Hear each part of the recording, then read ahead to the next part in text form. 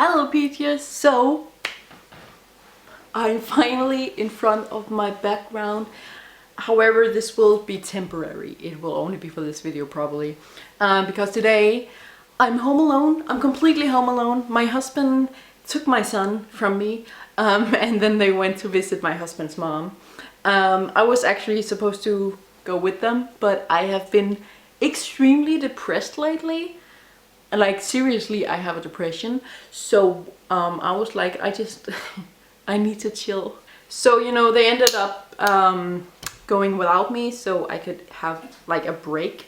I actually haven't had an alone day ever since I gave birth. And my son is 4 months old. So, this video, I've been wanting to make it for more than a year now. And I've been very much back and forth about whether or not I should make it. Because I just want to start off by saying that there's no physical abuse. I'm not going to be talking about physical abuse because that just hasn't happened, thankfully. It is like toxic relationship, abusive behavior, like mentally abusive. But no physical abuse. So already there I was like, I don't know, because it's not that bad compared to other people, even though obviously these kind of things are still really bad in a relationship. But I was like, I don't want to sit and complain when there's people being literally killed by their partners. But then I was also like I don't believe in that. I don't believe that you have to have it worse than everyone else, because then no one could share their story, because there will always be someone who has it worse on some sort of level than you. I've been through this as well. I was sexually abused as a child, but I wasn't actually raped. And my whole life, and I still struggle with this, I feel like I'm not allowed to say that I was sexually abused because I wasn't actually raped. It was other forms of abuse. I've made a video about that if you want to check it out, by the way. So I also have that with this thing. It's not big enough to be discussed, or for me to say like, look at me and how shitty of a relationship it was. Like a part of me feels like it's not okay for me to say that because there are people who have it worse than me. But that's complete bullshit, and I know that, and that's also why I'm making this video now. So I just want to say that I actually haven't told this to anyone besides my husband. So if you know me, if you're my mom or my best friend or someone, and you know me and you're watching this and it's like, huh? That's why, because I haven't said it. And the reason why I haven't said it to anyone besides my husband is because I don't want to seem like a whiny bitch, whining over something not worth whining about, even though it is worth whining about. It's just hard. Like, we hear all the time, like, you have to be open and share your feelings and your experiences and terrible experiences. But we also hear like, well, don't complain about being hungry. There are children in Africa starving to death. You know, that kind of mentality. I don't know if it's all around the world, but at least in Denmark, that's the mentality that is kind of a lot. So yeah, if you're in my family or you know me, yeah, don't worry, I'm not like super traumatized, mentally scarred forever and I'm going to die. And again, no physical abuse was happening, nothing like that. This is mental abuse or toxic relationship. I don't really know what to call this. I don't even know what I called the video yet. So basically, before I met my husband, I was with this guy. I met him online on Facebook. He was a friend of one of my friends. And then we started messaging each other, talking to each other, and started flirting. And I think we messaged for like a month or something before we actually met. We met in August 2017. And then we were together for about 5 months. So we met. He lives far away, not super far away, but far away in little small Denmark. So here's a map you can see right here. I live right there by the red dot. That is where I live. And he lived right here by the blue dot. And to get to him you had to take a train that went like this, basically through all of Denmark. It's about a 4 to 5 hour train ride. I had to take 2 trains, but you know, it takes 4 to 5 hours. So it's long distance, I would say, because I'm from a small country. So in the other end of the country, that's far away. But I guess some people wouldn't say it. But to me, it is long distance, and it was a little bit difficult with the distance. Anyway, on August, I took the train to him. I would visit him most of the time. He visited me a few times, but we would visit each other like either once or twice a month for like an entire weekend. There were a few times where it was an entire week because it was like a holiday or something. So you know, we saw each other quite often, even though it was long distance. Now let's get into the actual things of why and how it was a very toxic relationship. He had a bunch of mental health problems, like a lot. He had like autism, ADHD, a bunch of like a lot of other stuff. He was troubled, which obviously sucks for him, and I feel bad for him that he is struggling like that. Because I have mental health problems myself, so I know what it's like. So I'm not like saying like, oh, he's an asshole who just can't get his shit together. Well, he was, but he was also sick. But that's not going to excuse his behavior, because I'm also sick, but I can still treat people with respect and the way they deserve. So I just want to put that in there, like, yes, he was sick, but that is never an excuse to treat people badly. That is never an excuse to treat people horribly. Because as I said, I'm sick myself. I've never been abusive or toxic to any of my partners. But you know, I have to tell you that because it was the reason for some of his problems and his way of acting. I'm not saying everyone with autism and ADHD and what else he had are like this, not at all. I know many people with ADHD. I know a few people with autism who are all like super nice people, super amazing people who have their shit together. So that's also what I mean, like some of these problems are because of his mental health problems, but it's not something that he wouldn't be able to work on and control and learn how to deal with, so it wouldn't be a problem in a relationship. Anyway, yeah, let's get into the first thing. The first thing is that he was a pathological liar. I don't know if this is because of his mental health problems or something else, but it was bad. He was such a liar. Very often it was pretty obvious that he was lying, but there are also a few things that I now see like that was obviously a lie, but that I back then didn't see was a lie. But very often, like, he would tell crazy stories. He told a story that when he was in kindergarten, there was a clown that came and had to make some fun stuff for the kids. And then he sat on the lap of this clown, and because he got so scared of the clown, he broke like 3 of his fingers.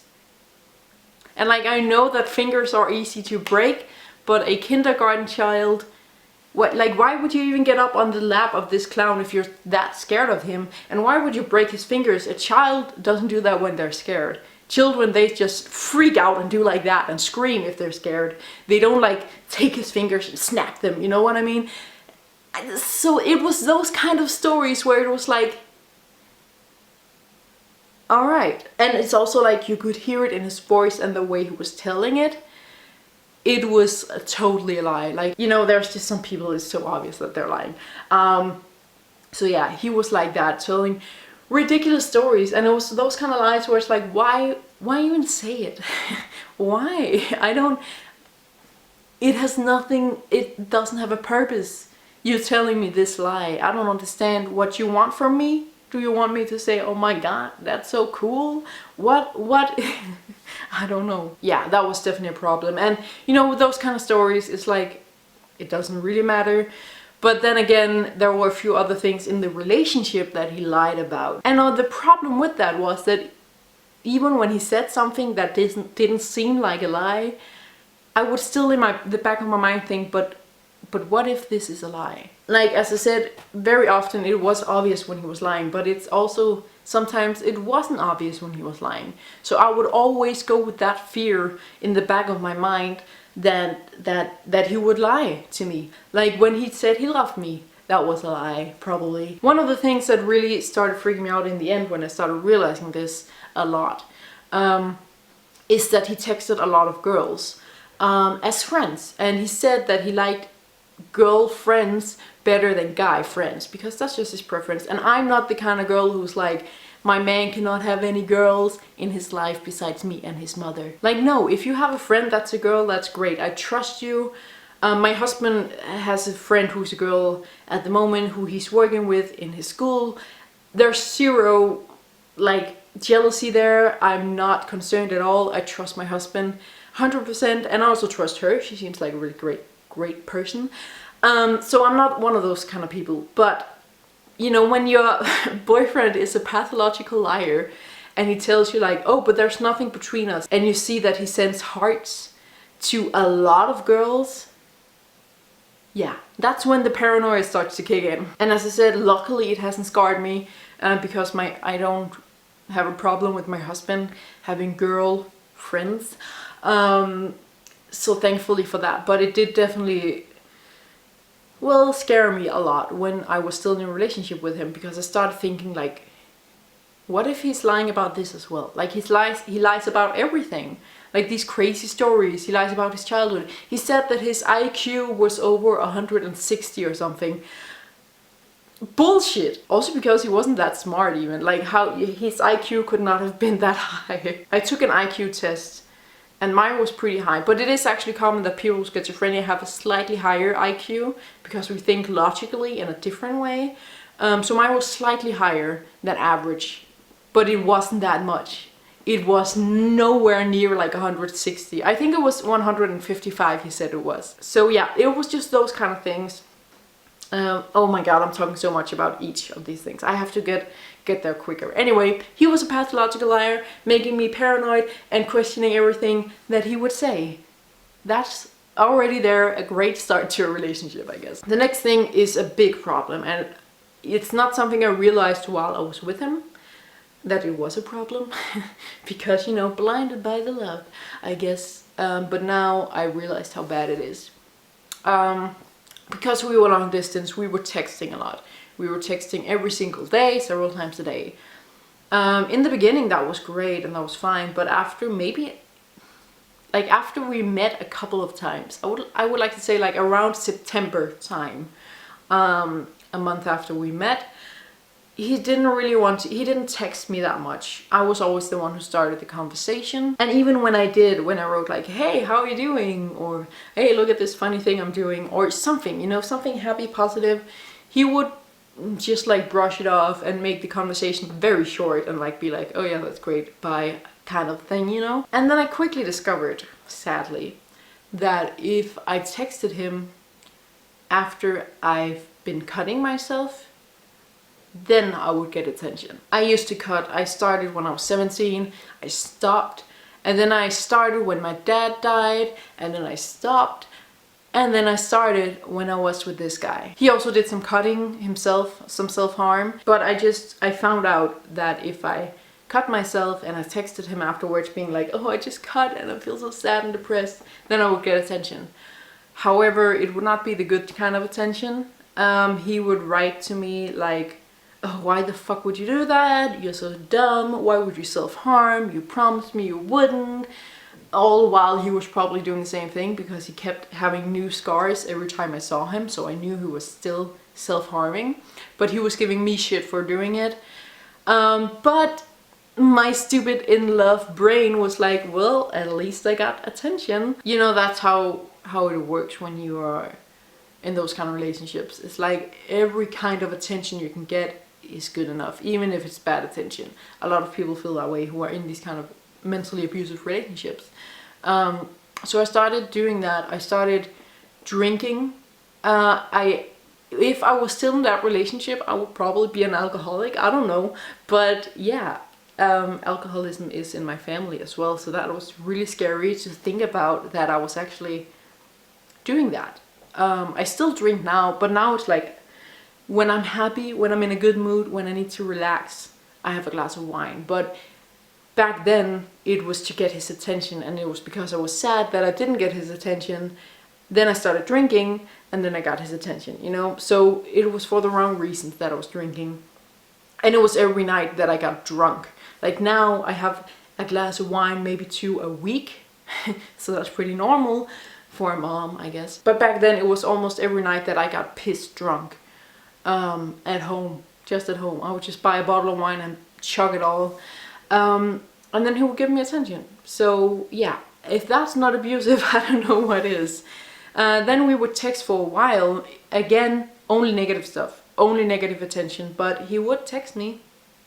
He would give me attention. That's all I wanted, apparently. But yeah, he would just shame me for doing what I did. And then he would say, you have to do better than this because this is shit, this is dumb, why would you do this? You know, just a bunch of shaming for doing the thing I did. Yeah. So yeah, that's definitely one of the main issues of that relationship. Let's move on to the next thing. I don't want to talk too much about each thing, otherwise this video will be very long.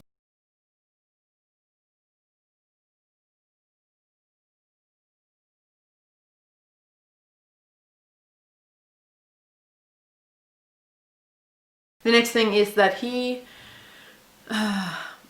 expected me to change for him, but he wouldn't change for me. I'm not one of those people who wants to change my partner and change their personality, but I am also a realistic person. I'm not one of those people who is like, well, if you can't handle me as I am, then it's not meant to be. Like, no, when you're two people going together and being that close in each other's lives, you have to do some minor changes in behavior, in patterns, I guess, in bad habits, or just habits in general. There are some smaller changes. Like, you shouldn't change your personality, what you believe in, and stuff like that, but you can't avoid having to change those little things. So that's what I mean. So an example of that was that every time we were together, the TV was on always, and the music was often also on at the same time, or sometimes not with the TV, and he would also be on his phone. So that kind of led to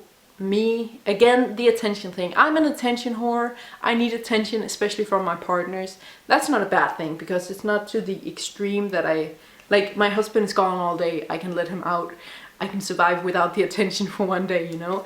But I do love the attention. I do think that when you're in a relationship, you need to give each other full attention just once in a while, you know. But I never got that, because there was always a TV that he was looking at, or a phone that he was playing on, or music he was listening to. Like, there was never like just 2 minutes of silence where we just looked at each other or hugged each other. That's all I wanted.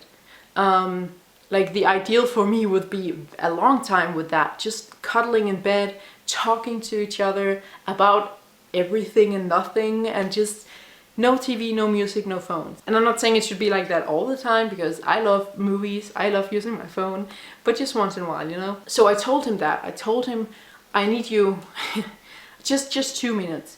Like, even though I want more than that, I would want like a few hours of that, just laying, cuddling, talking. But I knew like that wasn't fair of me. We need to compromise, we need to meet in the middle, because that's what you do in a relationship.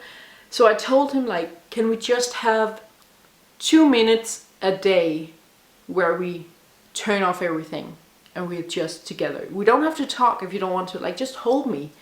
Just hold me and let's cuddle. But that wasn't possible, because he said that, you know, because of his ADHD, that wasn't possible. And I get that. I know that people with ADHD have a hard time concentrating, but that's, again, a thing you can work on. I know people who have ADHD who can concentrate for 2 minutes. I know people with ADHD who can turn off their TV and their phone and their music for just 2 minutes. I know people who do it for 10 minutes who have ADHD. I know that it's hard for people with that disease to concentrate like that, but it's not because I'm saying we have to sit in silence and stare at each other. We can talk about anything. We can laugh, we can cuddle, we can have sex, we can just give me 2 goddamn minutes alone. Like, if you want to jump on the bed with me so you can get your energy ADHD out, that's fine. Just give me 2 minutes with no TV, no music, no phone. And it's like, it's one of those things you can work on. Yes, I believe that when you have a mental illness, some things can be hard, and we need to respect that, and we need to make it easy for you. But I also believe that you, as a person with a mental health problem, has a responsibility to the people around you to work on those problems. I'm one of those people. I worked goddamn hard to get where I am today. I have a husband, I have a son, and that is only possible because I worked on myself, I worked on my problems. I still have problems, I still work on them. So yeah, that was a rant. Anyway, you cannot use your mental illness as an excuse like that. It would be different if he had said, like, well, we can try and I'll definitely work towards that, but you have to give me time because it's difficult for me. Fine, totally fine, I respect that. But he didn't even say that. He said, well, I can't do that because I have ADHD. Like, no, honey, that's not how it works. If he promised me that he would just work on it and work towards that goal, I wouldn't care how long it took. I wouldn't care as long as I saw that he was working on it and tried. Because I know it doesn't happen from one day to the other, that all of a sudden all your mental health problems are gone. But seriously, you can't, I'm sorry. Like, yes, there are boundaries and there are some things that you just can't do. There are things that I just can't do no matter how hard I try, no matter how hard I work on it. But this wasn't one of those things. This was one of those things where it was like, I'm going to use this as an excuse. I don't want to work. I'm a lazy bitch who doesn't want to work on my relationship and make my girlfriend happy. That was what we're dealing with here. So yeah, that is, that was a bigger thing. But he was like that with a lot of things. The next thing on the list is that he would ignore my needs. Not like the ones we talked about here, which is also a need to get attention, I guess. But sexually. So, I totally get that there are boundaries. I have sexual boundaries. I have things that I will never do, no matter what, even if my husband asks. I would never do it. And we need to respect those boundaries. And this is again one of those things where it kind of had to be there in a way, because of course I wouldn't force anyone to do anything sexual, but it didn't feel like, oh, this is a boundary that I'm not comfortable crossing. This felt more like I don't want to give you oral sex because I'm lazy, and I don't get pleasure from giving you oral sex. So, no. You know, it was those kind of things. And that's again, if someone is not comfortable giving oral sex, if they're seriously uncomfortable doing it, they shouldn't do it. I'm not saying that. But again, I guess you kind of have to be there, because you can just hear it in the way that people say it and see it in the way that they act. That, alright, this is not because they're actually crossing a line for themselves. This is just because they're lazy and they don't want to make me happy. Also because of all the other things put together, like he didn't want to give me the attention that I needed. Like, I slowly started to see that he didn't really care about me. And that he didn't care about making me happy, fulfilling my needs in different ways. There were also other sexual things that he was also the same attitude, was just like, meh. But then at the same time, he expected me to do the things he liked. There were a few things where it was like, I want to do this, but I don't want to do this every single time we have sex. But he was like, well, you have to. Basically, yeah, he ignored my sexual needs while he still demanded that I fulfill his. The next thing is that he never spent money on me. That meaning both with presents, but also to come visit me. I'm going to go into detail about that because I can hear that that makes me sound like a gold digger, I guess. So let me go into detail. The first thing is with visiting me. So because we live far away, the train ride is a little bit expensive to go back and forth. I paid every time. I was the one visiting him like 90% of the times. The few times he visited me, I still paid. I paid for his train ticket, and I paid for my own train tickets to go visit him. And it's so dumb. But back then I was like, I just want to see you. I don't care. Just take my money. Because he would find excuses like, I don't have money. I don't... yeah. I mean, I get that people don't have money. I grew up poor. I'm still what's considered to be poor, I guess. I get that. But the thing is, he was a smoker and he was a gamer. He bought new games very often, and he bought cigarettes all the time. Cigarettes are expensive. So if you just didn't buy cigarettes for like a day, then you could afford my train ticket. I know that's not how it works, but you know what I mean? Like, he could easily find the money. I cut back on some things so I could afford it. I stopped shopping as much as I used to because I wanted to spend the money on him instead. I wanted to be able to afford going to visit him. He could easily do the same. Like, I knew what he spent his money on. I know that it wasn't just rent and food. Because if it was that, if he really didn't have any money, that's fine. But he did, if he just pulled himself together. The other thing with the money thing is that he wouldn't buy me stuff. And I'm not one of those, like, you have to buy me stuff, you have to buy me things. But again, like, still, like, I bought him a few things. I gave him a few presents, even though it wasn't birthday or anything. He never did that. He never even picked up a flower from the ground and gave it to me. Like nothing. He never gave me anything. And even on Christmas, like as you can do the math, we were together on Christmas, nothing. I bought him a present. I bought him a pretty expensive present. And it was a very personal present. Like it was like something that he was a fan of mixed with something else that he was a fan of. It was something that I had personally picked out for him, that I searched for a long time because I wanted to find the perfect present for him. And it was a really great present. Like he got really happy for it. But he never gave me a Christmas present. He said like, oh, I will owe you. I will buy one the next time I get money. But yeah, he didn't. That is one of those things. Like we got together in August, meaning that he could do the math. Like, all right, I like this girl. I'm probably going to be with her around Christmas, so I'm just going to put away just a few bucks to a present for her. I'm not asking for much. If you find a perfect present for me that cost you 10 cents, 5 cents, 1 penny, I don't know American money systems, that doesn't matter. If you make something homemade, if you draw a drawing for me, I will be happy. Nothing. He didn't even write me a fucking card. He didn't... Nothing. That's the thing. Like he didn't care about me because he didn't even think to do something for me once in a while or on Christmas and stuff like that. His birthday is in the end of January, so I already planned his birthday. I already planned and bought everything, and I almost finished making it, but then we broke up before his birthday, so we never got it. I kept it myself. I like it. But well, I made it. I bought a backpack because he talked about he needing a backpack, but all the other backpacks he looked on has been too big, so I found like the perfect size backpack. Again, a very personal present, a present that shows that I have listened to the things that he say. And then I bought a bunch of pins and patches with like stuff that he was a fan of and that he liked, and then I would put them on that backpack. Very good present, very expensive present, very personal present. I don't know why I did that. He clearly didn't deserve it. He never gave me anything. And again, it makes me sound like a bitch, a gold digger, a materialistic bitch. I am kind of materialistic, I guess, but still, it's not so much as, again, as I said, just make something. Just do it homemade. Do it for free. I don't care how much money you spend on it. It's more the thought. It's just knowing that you don't care enough about me to go out of your way to get something for me on Christmas or once in a while. Now there's 2 things left, so stay with me. I'll try and make this as quick as possible.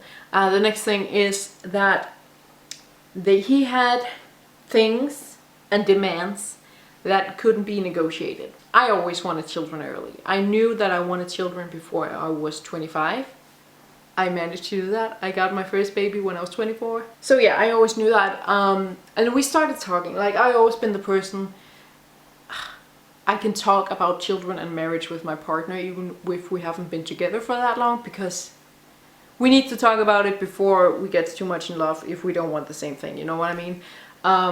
I don't understand people who's like, oh, we can't talk about that yet because we only been together for a month. Like, no, we're all adults here. You can talk about anything. So we talked about that a little here and there. And he said at some point that he wouldn't have children until he was 35 because he didn't want children before he was done taking his education, which he wouldn't be done until he was 35 because of his mental health problems. It would take longer. He was 1 year younger than I was, meaning that I wouldn't have children until I was 36. The problem with that, first of all, there's the physical problem. As soon as a woman hits 25, it goes down. And then when she hits 30, it goes down even faster. And when she hits 35, it goes down very fast. I'm talking about fertility, of course. When you're 25, it just goes down. You have a lower chance of becoming pregnant as soon as you turn 25. Because that's just how women's bodies work. The younger, the better. So there's that problem. Like 36, there's a big chance that I wouldn't even be able to get pregnant at that age. Like, you never know. But many women cannot get pregnant when they're in that age. And then there's also just the fact that at this time when I was with him, I was like, I need to get a baby soon because my uterus is like desperate for having a baby. I have had baby fever for many years. So I was ready. So the fact that I had to wait 10 years, more than 10 years, like 12 years, no, that I couldn't do that. So that was a long side note. But anyway, children at 36, bad idea. Of course, I didn't break up with him because of this, because I was like, oh, we'll see how it goes. Hopefully he will change his mind. But he didn't care what I had to say. Even when I said all these things, even when I said like, well, scientifically, it's a bad idea to get a baby at this age. There's a small chance of becoming pregnant at this age. He wouldn't hear it. He just totally ignored everything I said, everything that I wanted. Even if I said, well, can we compromise? Because I want something else. And I was like, no, closed, nothing. I would be able to compromise. If he said, all right, let's say 30, it would be hard for me, it would hurt me, because I really want a baby. But I would do it. I would do it. I would compromise. And that's the thing. He was like, nothing. There's no way, no, like nothing. So yeah, that was one of the things that was non-negotiable. Nothing. He wouldn't listen to what I wanted or what I had to say, even if it made sense and was like scientifically proven. And then it was so dumb. There was another thing, which is the baby names. We talked about that for fun. Like, I like to talk about those things, like for fun, like what do you want your baby's name to be?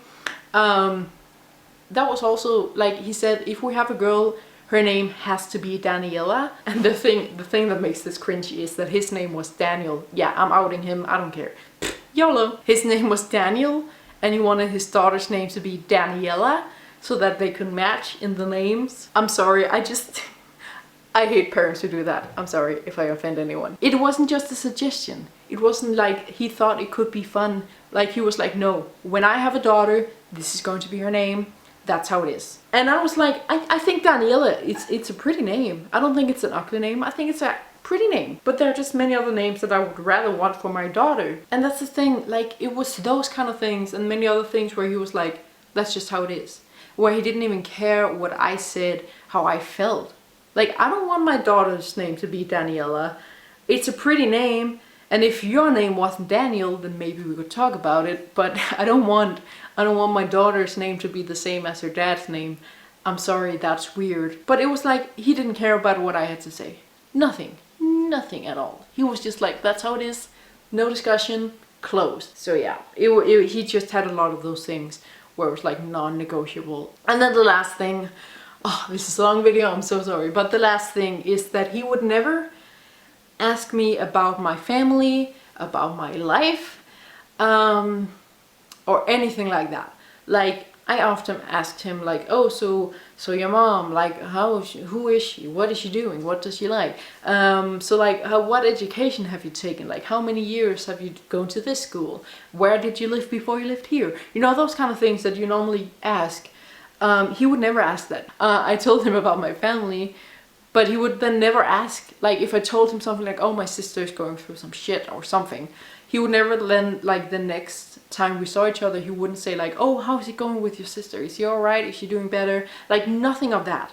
Nothing. Never. He would never ask about my family or my life.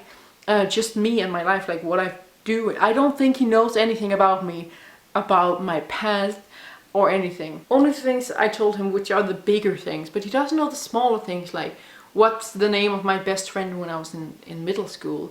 I know that about my husband. I knew that about him because I asked him.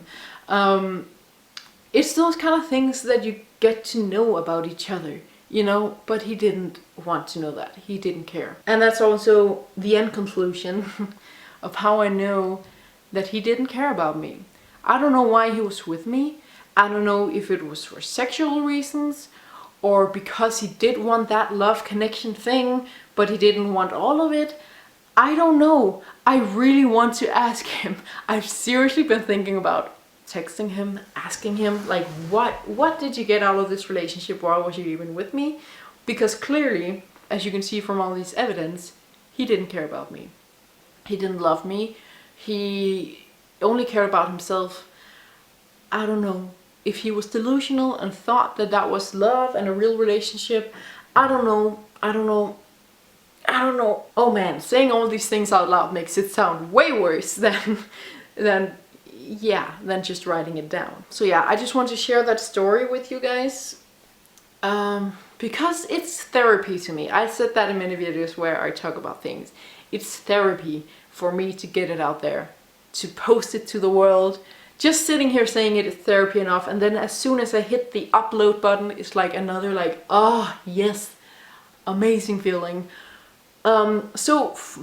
Just for me, it's like, it's really good and therapeutic, so that's why I'm making it. But I'm also making it to kind of normalize these things. Well, not normalize abusive relationships. That sounded bad. But you know, every time you hear about abusive relationships, it's always really extreme ones, which obviously are bad. We need to do something about it and all that, but we also need to do something about these kind of relationships, these mentally abusive, toxic ones. Because many people who go through this are like me, who think, well, he didn't hit me, so it's not that bad. Which is wrong. It is that bad. It's bad in a different way. We need to stop comparing each other's stories, if that makes sense. Of course we need to talk about it and compare it in that way, but we cannot compare it in the way of saying like, oh, well, it's a lot worse for her, so I guess my situation isn't that bad, so it makes it okay. Like, no, it doesn't make it okay. Just because you aren't hit or punched or kicked, or just because you're only hit once, or like, it doesn't matter. It doesn't matter at all. If you feel like it's wrong, if the only thing you get out of this relationship is sadness, is abuse, both from him, like him abusing you mentally, but also you abusing yourself, you having an alcohol problem and a self-harm problem, hello, like that is obviously bad. Like, he's not hitting me, but he's making me cut myself, which is, I guess, borderline physical abuse in a way. Anyway, so my battery's dying, I have nothing more to say. Press like button to like this video, don't forget to subscribe to my channel as well, and thank you for watching.